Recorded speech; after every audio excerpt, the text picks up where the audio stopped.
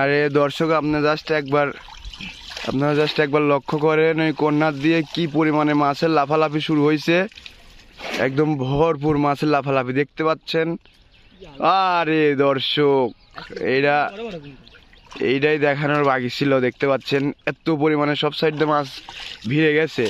আপনারা জাস্ট এক জায়গায় ফোকাস করেন বুঝতে পারবেন তাহলে কি পরিমাণে মাছ। দেখেন এই পাত দিয়ে লাভ দিয়ে এখানে প্রায় 1 হাতের মতো উঁচা আছে, তাও লাভ দিয়ে 2টা মাছ চলে গেল। একটা আমার মুখে সাথে বাড়ি খেয়ে চলে গেছে, তারপর আবার একটা গেল।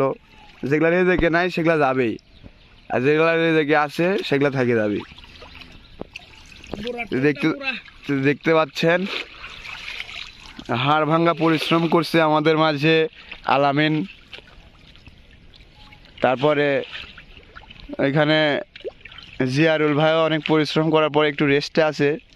রোজা রেখে একটু কষ্ট বেশি হয়ে যায়।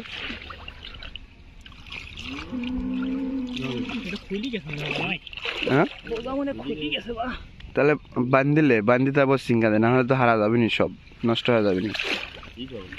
আরে হাতের সাথে বাড়ি লাগছে মাছ। দেখতে পাচ্ছেন এই কোল দেয়া বিশাল বিশাল মাছ।